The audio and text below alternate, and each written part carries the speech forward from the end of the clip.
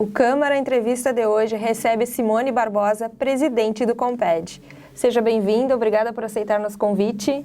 Obrigada, Fabiane, pela oportunidade. O Comped, Conselho Municipal dos Direitos da Pessoa com Deficiência de Bagé, realizou a eleição em agosto e empossou nova diretoria, a qual tu presides. Qual o papel e quais as prioridades do Conselho para o biênio? Então, o papel do Conselho, o Conselho ele tem um papel muito importante, né? Pois um dos principais objetivos do Conselho é criar política pública e também a questão da fiscalização das mesmas, né? Eu costumo dizer que o Conselho é um lugar ótimo para se tratar, né? Já que o Conselho, para tratar, enfim, das diversas temáticas, e nesse caso do Conselho da Pessoa com Deficiência, sobre a temática da pessoa com deficiência. Então, nós estamos composto paritariamente, né, por 5 pessoas da sociedade civil e 5 governamental. A partir desse momento, dessa união, né, da sociedade civil com o governamental, a gente tem digamos assim, esse aceite, né? Nós conseguimos trabalhar dentro das mais diversas demandas que vêm através dessas 5 associações de sociedade civil e o acompanhamento também do governamental nas possibilidades dessas criações de políticas públicas. Nós, enquanto presidente, que agora assumimos a presidência do Conselho, enfim, nós temos uma meta muito importante, Fabiane, que é a questão da acessibilidade, né? Cabe-se dizer também que através da ABADEF, né, a luta da Associação por Garantia de Direitos, apesar do momento em que a ABADEF se formou, nós logo notamos a necessidade da criação do Conselho. Então, para nossa surpresa, foi saber que o Conselho da Pessoa com Deficiência tinha uma legislação, que era de 2007, e que ainda não havia sido efetivado. Então, a própria criação do Conselho, por que eu cito isso? Porque a própria criação do Conselho se tornou favorável para toda essa questão de política pública, né? Desde então, nós temos tido muitas dificuldades, mas também uma inserção muito grande com essa temática. Porque antes nós nos imaginávamos a pessoa com deficiência como sendo restrita às instituições que trabalham na questão de reabilitação, né? Então nós, enquanto família, fomos atrás disso, né? Da inserção da pessoa com deficiência nas mais diversas áreas da sociedade. Mas como eu vinha te dizendo, o nosso foco é dar continuidade, já que nós fomos bem presentes também na primeira gestão, onde o seu Ribar estava presidente e eu então como vice-presidente, mas dar uma continuidade com um foco mais direcionado à acessibilidade, né? Então nós criamos agora a Comissão de Políticas Públicas dentro do Conselho Municipal, onde nós estamos tratando diretamente da criação dessa política pública. E para te dizer que logo que nós assumimos, nós tivemos um chamado, né, da promotora aqui mesmo de Bagé, onde ela conversou um pouquinho da questão da acessibilidade no município e nos entregou uma cartilha, né, a cartilha Uber. A partir desse momento, quando ela nos chamou para saber qual que seria a nossa direção, enfim, se nós estaríamos voltados com essa temática da acessibilidade, eu fiquei feliz com o chamado dela e também com a resposta que nós tínhamos desse nosso trabalho. Nós já estávamos articulando, né, através das universidades, projetos que pudessem viabilizar, né, que pudessem, digamos assim, trabalhar junto do município. Então, o nosso trabalho ele tem sido assim, né, nós apontamos a dificuldade, mas muito mais do que isso, nós trabalhamos também de forma conjunta para estarmos oferecendo a solução, né. Então, isso tem dado um pouco certo nesse sentido, né. A partir dessa cartilha que ela nos entregou naquele mesmo dia, eu já falei para ela que nós estávamos numa tratativa, né, com um aluno de arquitetura da Urcamp para fazermos um projeto, né, arquitetônico de regulamentação de calçadas, né. Então eu tenho já esse projeto já está, o projeto inicial já está em mãos, isso já está sendo, digamos que já está bem adiantado.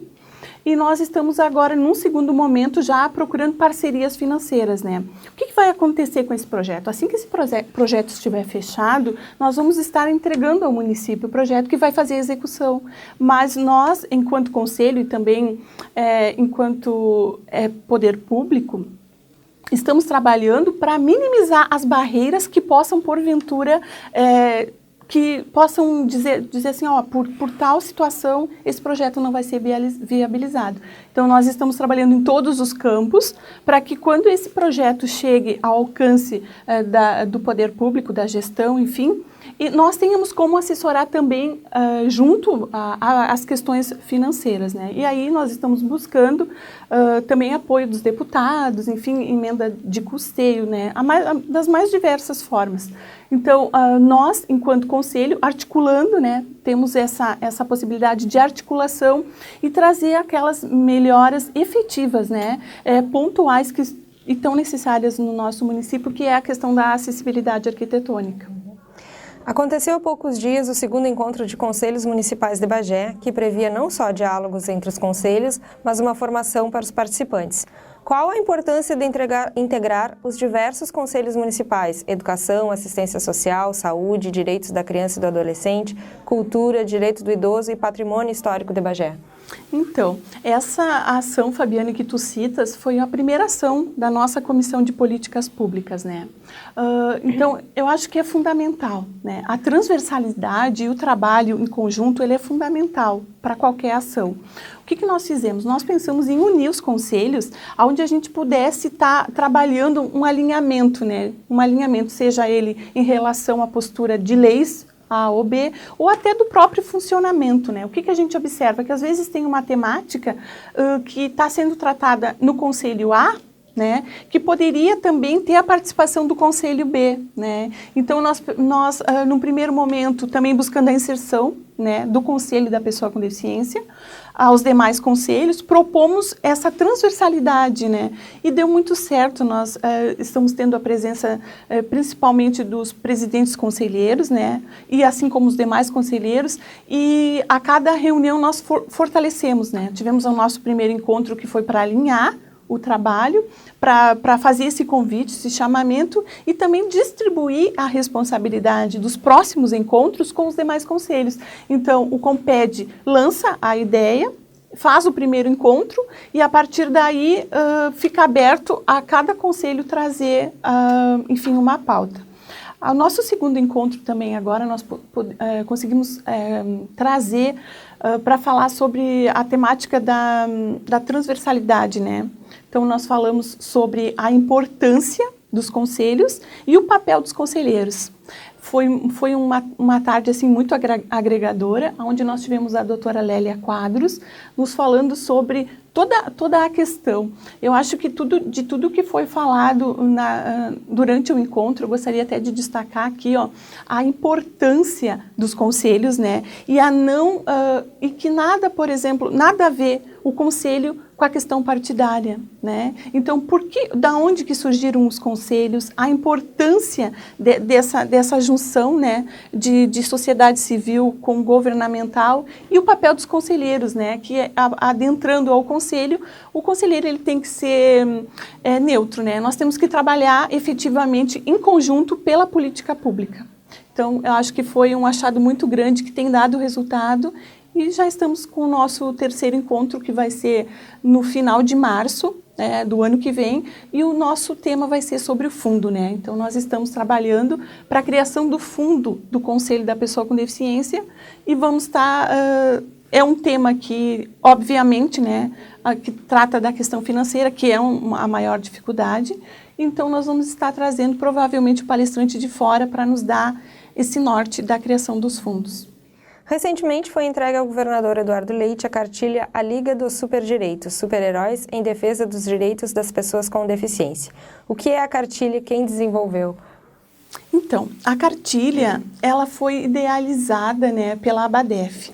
Então, todo o nosso contexto de vida, né, através da capacidade, enfim, toda a dificuldade que a gente enfrenta, né, com o meu filho, que tem paralisia cerebral, e a própria vontade dele de se inserir, né, enfim, na vida escolar, na questão acadêmica, nos trouxe muitos ganhos, né, nos trouxe uma realidade assim, de entendimento sobre a questão da pessoa com deficiência, da potencialidade, da capacidade. Então, toda essa vivência, né, que nos trouxe a questão da própria busca pela inserção na vida acadêmica, surgiu então essa vontade enorme de nós estarmos colocando essas leis, né, dentro de um espaço que fosse uma cartilha muito lúdica, que tivesse o alcance para as famílias, né, de uma forma, trazer toda a questão da legislação, garantias de direito nas mais diversas áreas e contextos da vida,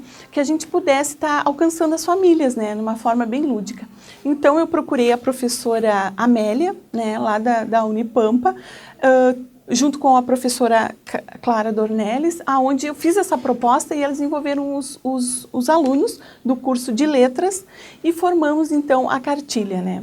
A cartilha, ela conta com todos os personagens da cartilha, são pessoas com deficiência aqui do nosso município e protagonistas, né, seja na área do trabalho, enfim, são as mais diversas pessoas com deficiência, mostrando um pouco do seu protagonismo e um embasamento em cima da lei, né, foi assim que surgiu. Cabe também dizer que a cartilha, ela teve a correção dos textos feitos pelo defensor público, né, o Dr. Guilherme, e a promotora, a doutora Marlise, e que nós ganhamos 500.000 exemplares impressos que foram doados pela Defensoria Pública. Então, a cartilha, ela deu muito certo, né, e foi uma coisa assim que foi uma realização muito grande pessoal para nós, em função dessa informação, né, do desejo, enfim, da própria criação da associação de informar as pessoas. Como é que nós chegamos, então, àquela entrega da cartilha ao governador? Nesse dia, o dia anterior, nós tivemos uma reunião, né, no Conselho Estadual, onde nós fazemos parte daquele conselho, onde já havia sido solicitado que todas as associações que tivessem algum trabalho impresso fosse enviado à Defensoria Pública do Estado. Então, a Defensoria Pública do Estado, em parceria com o COEPED, Conselho Estadual, iria criar o QR Code, né, para que fosse acessado através do celular, enfim. Então, aquele dia nós recebemos o QR Code da nossa cartilha e também ficamos sabendo que a própria Defensoria estaria realizando um evento no dia seguinte e estaria divulgando a cartilha, o que é muito, muito gratificante. No segundo dia, nós participamos lá no Palácio do Piratini da entrega sobre a lei de autismo, né, onde foi entregue, entre outras legislações, naquele dia, essa lei específica. Então, essa lei, que é uma lei muito abrangente, né, e ela é pioneira aqui no Estado, ela vem sendo desenvolvido bem forte toda essa política para autista, e naquele momento eu tive oportunidade, então, de conversar rapidamente com o governador e entreguei a cartilha dizendo um pouco do trabalho que nós estamos realizando aqui em Bagé em relação à temática pessoa com deficiência. Como está a situação em Bagé no que diz respeito ao diálogo com o poder público? Então, eu acho que hoje nós vivemos uma situação muito próxima, né? Eu diria assim, eu acho que o diálogo da sociedade civil com o poder público, eu poderia dizer que é um dos melhores desde que nós nos envolvemos na questão da política. Por quê? Porque só a criação do conselho já nos diz isso, né? Então, no momento em que nós criamos o conselho para tratar a temática da pessoa com deficiência, nós temos a oportunidade mensal, né, de estar dialogando diretamente com a gestão. As dificuldades, hoje, elas persistem não da falta de diálogo, né?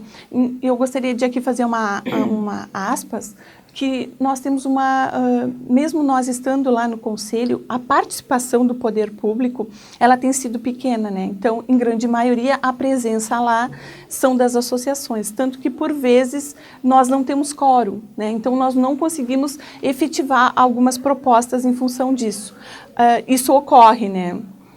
A falta da presença do poder público nos conselhos, que não é, via de regra, não é só no CONPED. Mas, enfim, as nossas dificuldades hoje, elas advêm não da falta de diálogo, né, mas de um cenário que eu acredito ser um cenário nacional, né. Então, a nossa principal barreira, ela vem da falta de recursos, né, e aí essa falta de recursos, elas são nas mais diversas áreas. Para tentar minimizar essa questão, nós estamos diariamente trabalhando a política pública como eu citei ainda agora há pouco, e trazendo, né, projetos que possam viabilizar. Então, a gente não deixa de apontar a dificuldade no nosso município, que principalmente é a questão da acessibilidade, mas também a gente trabalha junto para tentar minimizar, né, para tentar pontualizar também uma saída, né, de alguma forma conseguir contribuir para que o poder público consiga efetivar essa política pública.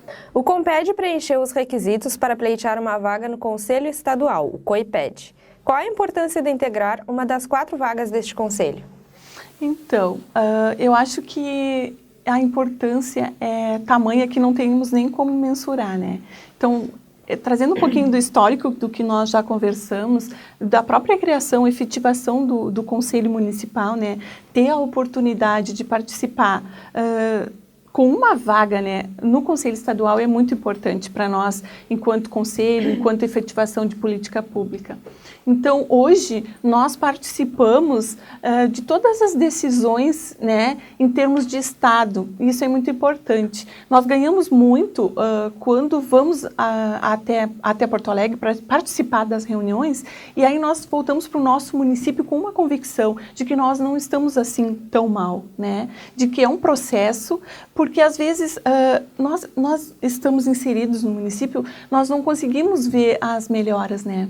Então a gente fica isolado com a nossa realidade e achando que não tem solução ou que as coisas aqui não acontecem. E essa troca que acontece sempre nas reuniões, elas são de ganho imensurável, né? Então a partir daí nós nos deparamos com as mesmas questões que a gente se depara aqui no município, mas também como resolver, né? Então eu acho que é uma troca muito valiosa. Nós estarmos lá aprendendo, ganhando experiência, mas principalmente contribuindo, né? Contribuindo, digamos assim, com o próprio protagonismo do que é realizado aqui em nosso município.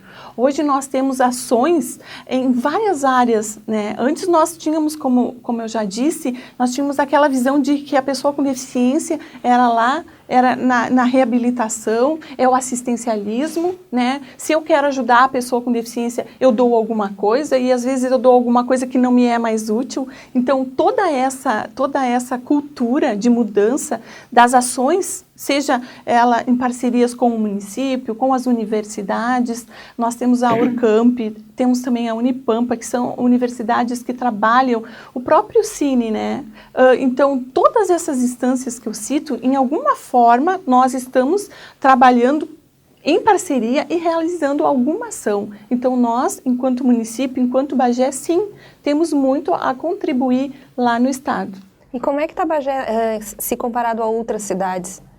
Então, eu poderia dizer que o que nós temos muito fluente aqui no nosso município é a discussão acerca da inclusão nas escolas, né? Não está tudo maravilhoso, não falta muito. Nós estamos ainda num processo, infelizmente, retomando a discussão sobre se a pessoa com deficiência deve ou não estar na escola. O que isso é uma coisa que nos deixa muito desapontado. Mas eu acho que aqui no nosso município nós temos a questão da inclusão na escola, né? Isso hoje tem mais de 500 alunos na rede municipal. Nós temos também a questão do protagonismo de pessoas que conseguiram, enfim, inserir-se lá no IFSU, né? E que foram abrindo essas portas, né? E mostrando a capacidade, a potencialidade da pessoa com deficiência. Então, eu acho que o nosso município ele é reconhecido pelo protagonismo das pessoas na área da educação, né? E também sobre a questão do trabalho maravilhoso que é feito aqui nas instituições. Cito aqui hoje o exemplo da APAI, que o pessoal está no estado lá, participando de atividades esportivas, né, como a bocha, onde o professor lá da APAI, o professor Guilherme, faz um trabalho que é de anos, né? Então, Bagé também é reconhecido nessa questão de trabalhar a questão do esporte com a pessoa com deficiência. Então, sim, nós temos em Bagé coisas, digamos assim, que servem sim de exemplo, né, para todo o estado. A inclusão já é assunto, mas de fato ainda há um longo caminho a ser percorrido. desde o que diz respeito à acessibilidade até oportunidades de trabalho, por exemplo. Comenta um pouquinho sobre o projeto Calçadas Acessíveis. Hoje, o projeto Calçadas Acessíveis, ele atende pelo nome de Calçada Livre, né? A gente tem visto, assim, um esforço de estar tentando desobstruir essas calçadas, né? Mas, na prática, assim, ó, nós ainda temos muita dificuldade em relação a isso. É toda uma mudança de cultura que ainda não chegou, né? Hoje nós nos deparamos muito com a questão das próprias lojas, né, fazerem a exposição dos materiais nas calçadas. Então, realmente, nós temos muito ainda a avançar na questão da desobstrução das calçadas. O mercado de trabalho ainda é uma barreira para pessoas com deficiência? Existe uma cota? Como é que está essa situação em Bagé? O mercado de trabalho, ele é um desafio muito grande, né? Hoje, nós temos contato direto, inclusive, há poucos dias eu recebi um e-mail, né, da auditora fiscal do trabalho, a Ana Costa, onde ela solicita apoio na divulgação, né, estão sendo oferecidas cotas em algumas empresas, inclusive na Santa Casa de Bagé, né, procura pessoas com deficiência para o trabalho e não há a oferta, né. Então, a realidade aqui na questão do trabalho, ela não avançou muito, né?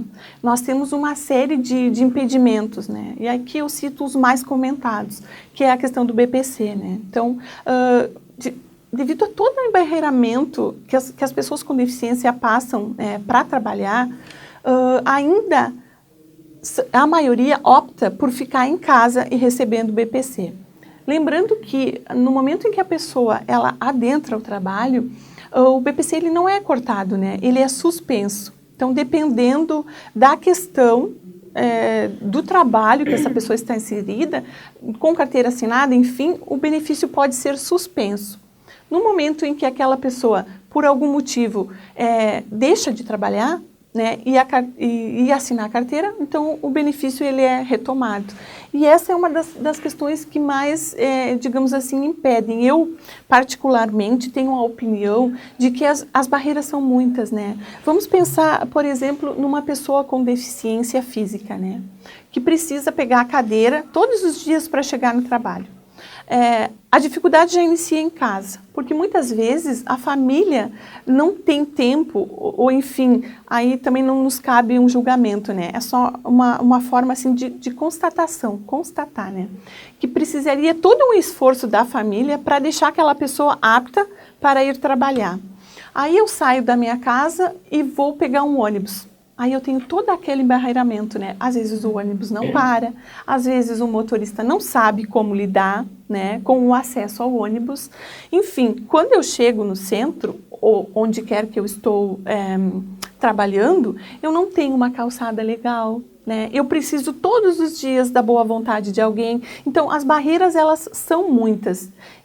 Principalmente, e aqui eu cito, a dificuldade que se tem com a inclusão da pessoa com deficiência lá na escola, nas séries iniciais. Então, a preparação da pessoa com deficiência para o mercado do trabalho não é diferente de nós, que, digamos, não temos uma deficiência aparente, né? Que não temos essa característica marcante da deficiência. Então, a pessoa, para ela chegar em tempo real para trabalho, ela deveria ser incluída lá nas séries iniciais, né? Com a mesma oportunidade, né? Tendo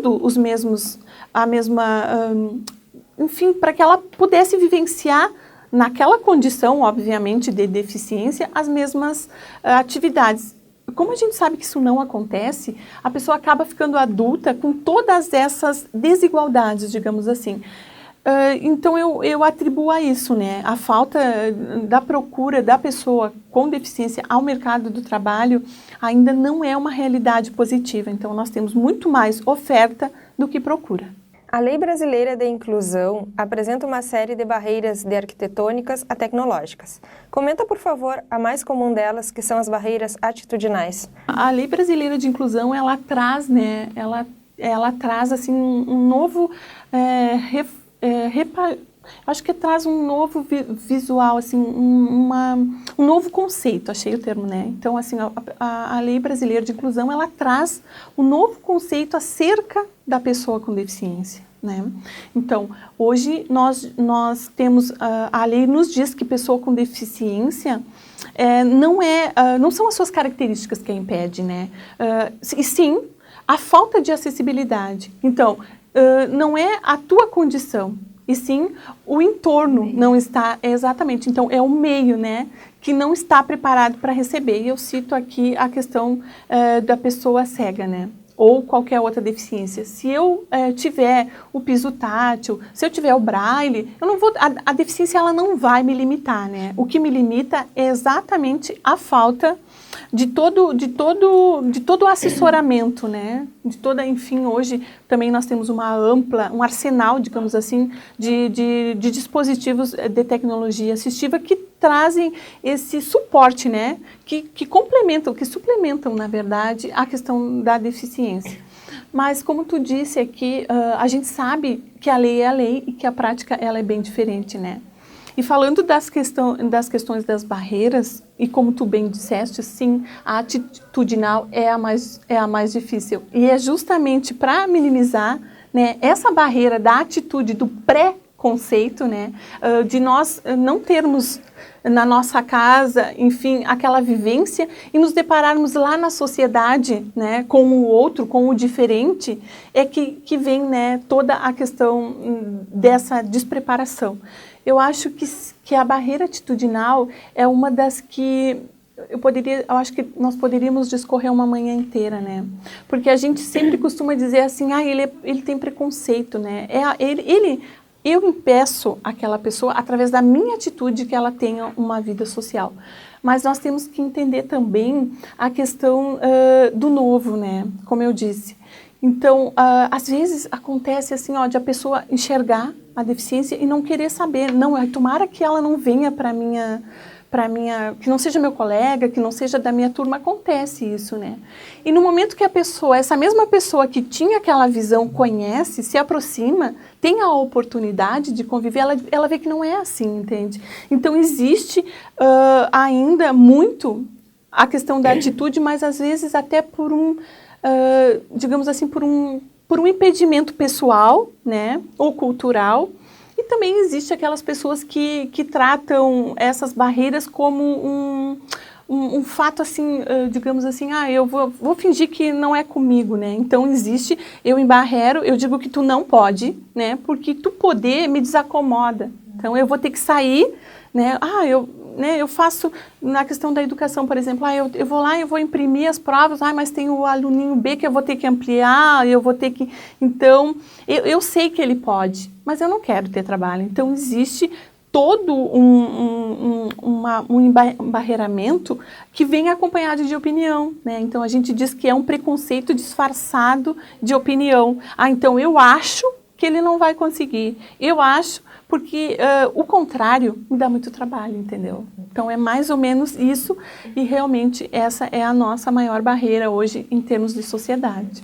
O programa se encaminha para o final, deixe o espaço para ti fazer tuas últimas considerações. Queria agradecer, Fabiana, a oportunidade de estar aqui na TV Câmara, falando um pouco sobre a nossa temática da pessoa com deficiência, fazer o convite para a sociedade, para estar participando lá conosco nas reuniões do Conselho, também na questão da associação, dizer que sim, que todos nós temos algo a contribuir para a acessibilidade e que a questão da inclusão, ela perpassa pela evolução, né? Então, se nós queremos evoluir, nós temos que olhar o nosso próximo com responsabilidade. Então, a inclusão é responsabilidade de todos. Então, eu deixo aqui o convite para cada um entender um pouquinho mais do seu papel na situação da inclusão. Mais uma vez, obrigada, Simone. O Câmara Entrevista fica por aqui. Voltamos com um programa inédito no próximo domingo.